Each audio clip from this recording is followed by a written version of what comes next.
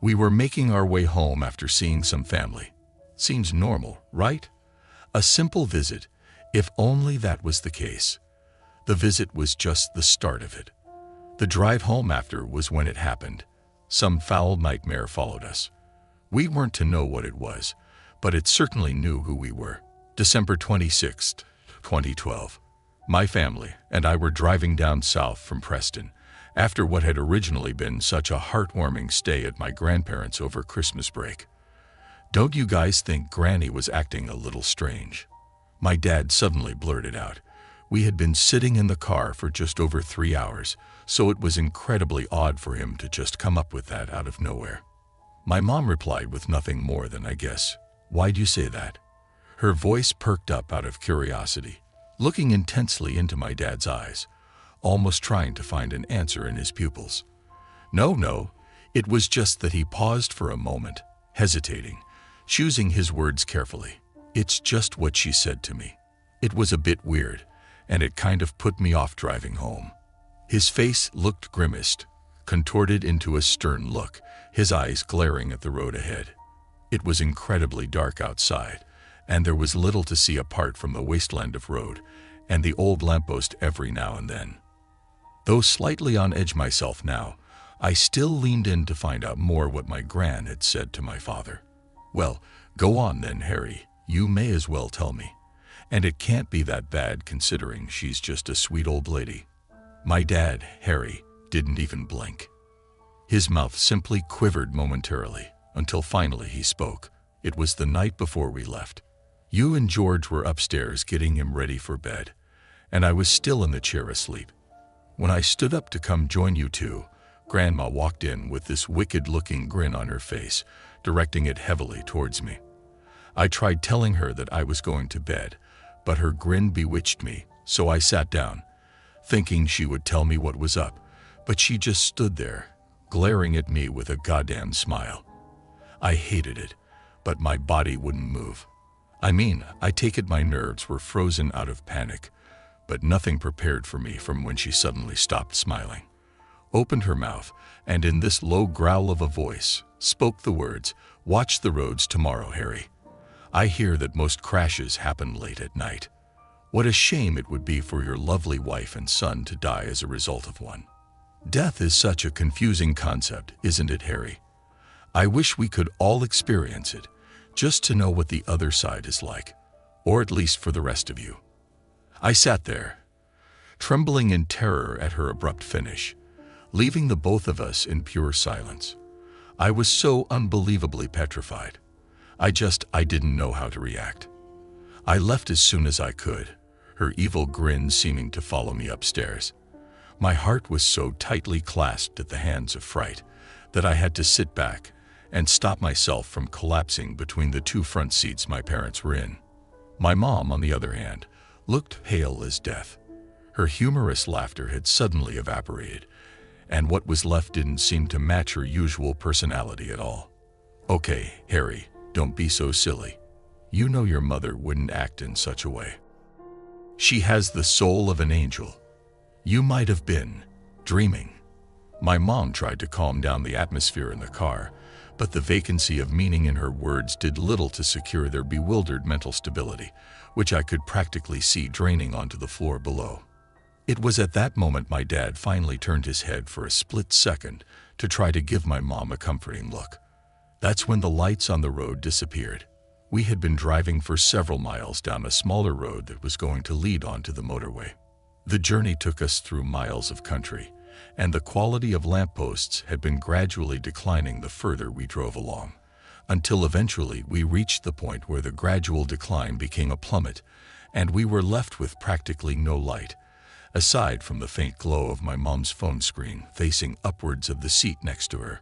My dad's head suddenly flicked back to the road, and he immediately switched on the high beams of the headlights, the lighting which tends to reveal certain images of reality that one normally doesn't see when in the usual light of the lampposts. Standing on the road in front of us, what's this estranged figure that didn't seem human, but instead gave off the atmosphere of danger, eeriness?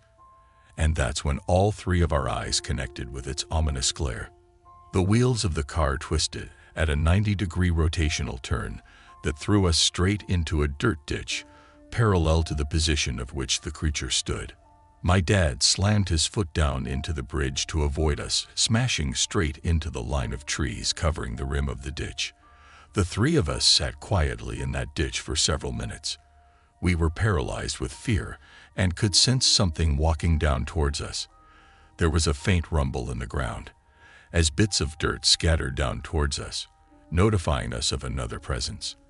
My dad prepared himself to launch his fist at whoever dared glance through the car window. The footsteps got closer and closer. They felt like they were on top of us, scuttling about, but with a sort of motion you'd only find in some kind of worked beast not native to the earth. All three of us visibly lost all sense of ourselves in that moment.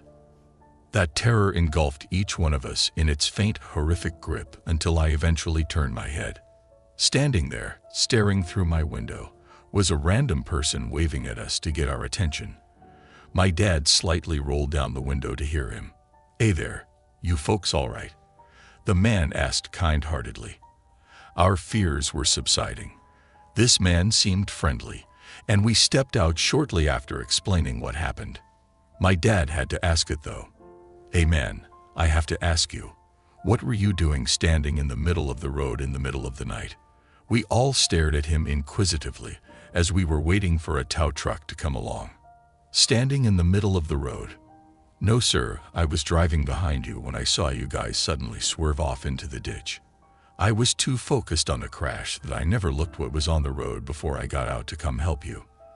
The realization hit us like a motorway of trucks. My parents looked at each other with a look of intense terror once more. They grabbed my arm and held me close.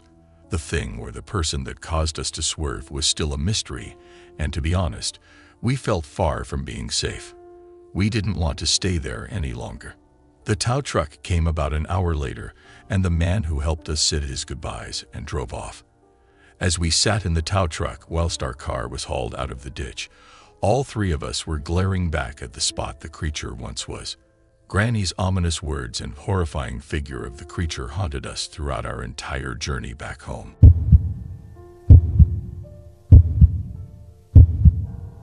Time for a road trip. I laughed at my best friend's enthusiasm. I shared her excitement. We had been planning and looking forward to this road trip forever. We were on our mid-semester break, and we really needed this trip to unwind from college stress. We were in our final year and school had been really stressful as of late. Like me, Ellen was the only child of her parents. Perhaps that was the reason why we got along so well. We had been close friends for about 3 years now. I didn't know how my college life would have been without her. We were outside the dorm, saying goodbye to everyone and heading home for the break. We already informed our parents that we would be spending the break together. We had our bags packed and ready in no time. We were in the car, ready to leave. I was the one driving since it was my car. It was a gift from my parents on my 21st birthday. The car was my prized possession, and I made sure to take care of it. Ellen put the address in the car's navigation system, and we were ready to go. The trip was supposed to be 3 hours long, and then we would arrive at the resort where we were already booked at. Everything started out well. Ellen and I talked about the courses we took and how difficult they were. We gossiped about the boys and lectures in the school. It was fun being with Ellen, and I was grateful for our friendship. Just about 2 hours in, my gas signal started to blink, and I decided to stop for a refill at the gas station I saw. I found one in about 10 minutes and I drove in. I made sure to hurry because I didn't want to delay her trip. As I went to get the nozzle, I heard a shout from behind me. I turned back confused only to see a guy waving a gun and yelling at me to get on the ground. He had a scar running down the side of his face, and he looked downright terrifying. There was another guy close to the entrance, and he held a gun out too. I looked at Ellen in alarm, and she froze in fear. Then I saw that the other cars were empty. This was a setup for people like us who wanted to get gas. This place was so far away from town that they would be able to get away with it too. We were about to get robbed. I stood in fear, the nozzle still in my hand. Seeing people get robbed in movies was one thing. Having the experience yourself was a different ballgame entirely. It felt surreal, like I wasn't the one it was happening to. The guy yelled that if we didn't get on the ground, he was going to hurt us. He was pretty graphic about the things he was going to tell us to do. He threatened us with a kind of violence I can't speak of. I dropped the nozzle and yelled at Ellen to comply, but she didn't seem to hear me. Her chest rose and fell rapidly as she stared straight ahead. Ellen was prone to having panic attacks, and this search situation was hell. My fear turned to worry for her, and my brain raced as I thought of what to do. "Get on the floor now, bitch, or I'll pump your head full of bullets." They wanted to ransack the car, and they could only do that successfully if we weren't in the car. I didn't find out if the threats were valid or not. I couldn't risk it. I just wanted Ellen to be okay. I thought of what I could do as the guy was already getting frustrated with Ellen's unresponsiveness. "Please, let my friend get out." I pleaded and held my breath. I hope he said yes, because it was our chance to escape. He waved his gun for me to proceed, and I entered the car and shook Ellen. Her eyes slid to mine, and I could see utter terror in her eyes. She was panting, and I told her to just focus on breathing. Be quick about it. Without thinking twice, I started the car. I heard the guy curse, and then I heard the sound of a car starting. I looked in the rearview mirror to see that he was chasing us. He probably never thought that I would use the opportunity to escape. It seemed like my best option at the time. Now that they were chasing us, I prayed that I didn't make the wrong choice. "Everything is going to be fine," I assured Ellen, and she nodded. Something metallic hit the car, and I yelled for Ellen to duck as I tried to do the same. I looked back to see that they were shooting at us. The guy that was yelling, who I assumed to be the leader, was leaning out of the car trying to aim his gun at us. "Shit," I muttered, trying to swallow my fear. I was trying so hard to be the stronger one of us, but I didn't want to die. We were too young to die. Their car was close to us now. I kept my head as low as I could afford and tried to increase the speed. They rammed into us from behind and hit my head with the steering wheel. I grunted in pain but kept my grip steady. Ellen was crying and shaking as she bent down in the co-driver's seat. Another shot hit the side of the car, and I flinched. I cursed the road for being so lonely. We hadn't ever run into another driver out here. There was no one that could help us. Suddenly, an idea came to mind, and I hoped that it would work. I waited till they wanted to ram into us again. Watching them closely, when the car picked up speed suddenly, I slowed down and swerved to the side. They sped past us. I stepped on the accelerator and turned the car sharply in their direction. We hit the road, and the guy driving lost control of the road. Everything happened so fast. Ellen and I watched as their car careened off the road. I didn't know if they were going to survive that. And frankly, I didn't care. I hoped they didn't. My hands were still shaking on the steering wheel, and I tried to calm myself down. After making sure that we were both fine, I continued driving in silence. Thankfully, the reserve fuel lasted till we got to our destination. I couldn't dare enter another gas station. Not possible. We got to the resort a little shaken, but okay. The whole incident had put a downer on our moods, but we decided to try and enjoy ourselves. Surely, this was one road trip we wouldn't be forgetting soon.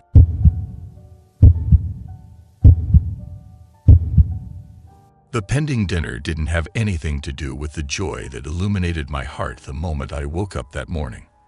If anything, the dinner caused anxiety to wreck me and propound my mind with a million ways on how everything could go wrong.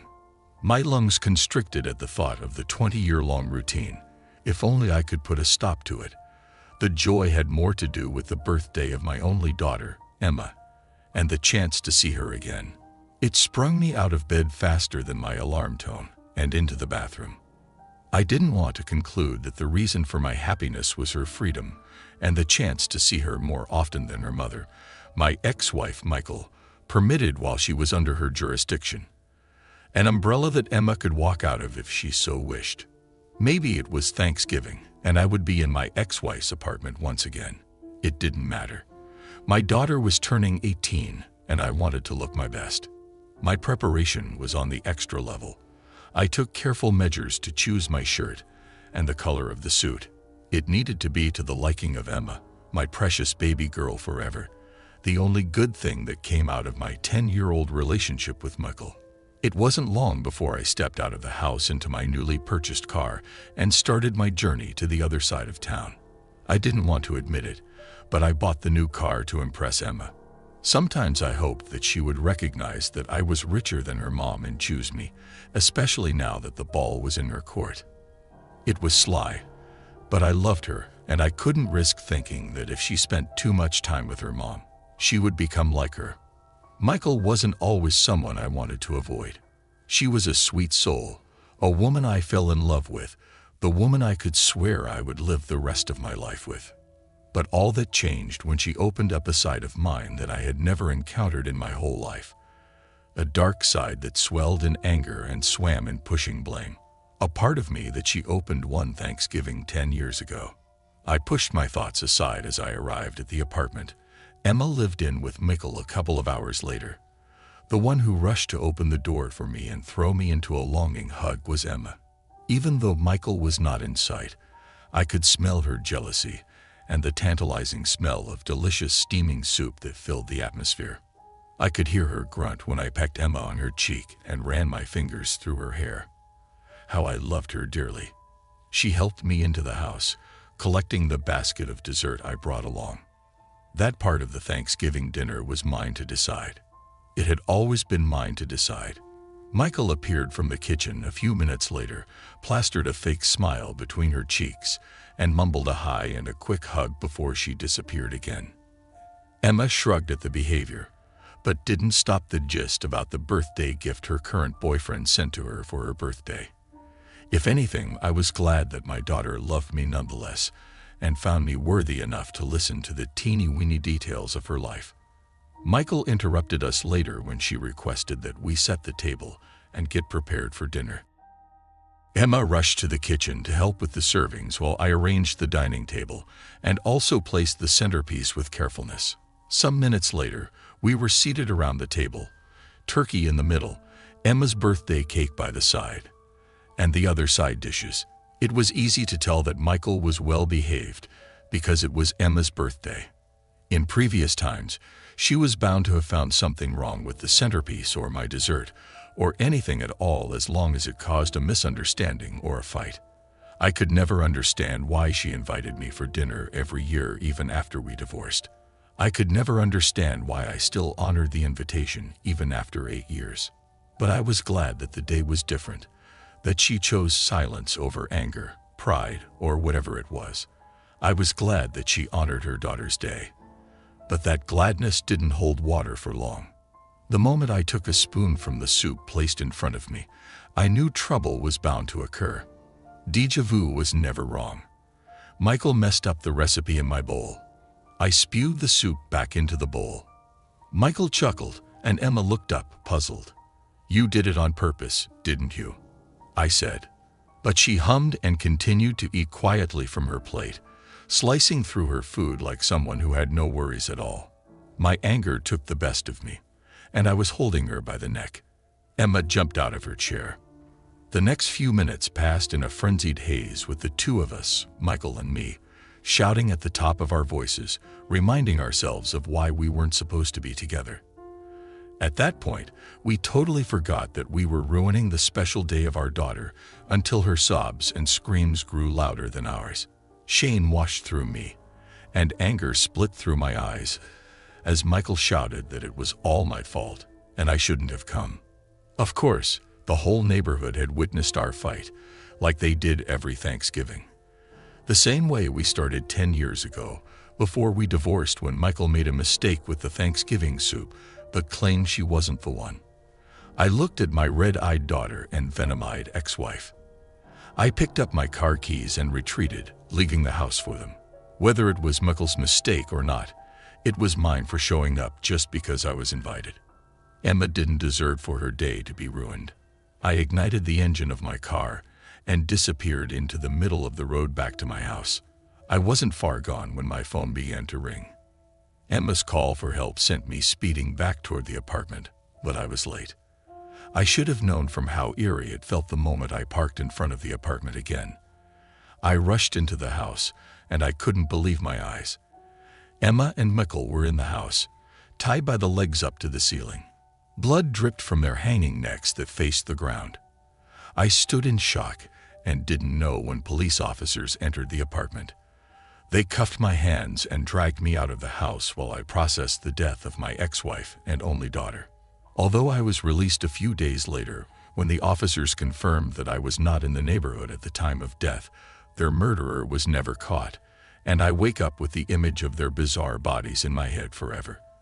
I still shiver when I think about that Thanksgiving. Had I controlled my anger and stayed, my family would have been alive. But my friends, if you're still with me here, please be there with your family when they need you. While we think that we have all the time in this world, we don't realize that time is limited.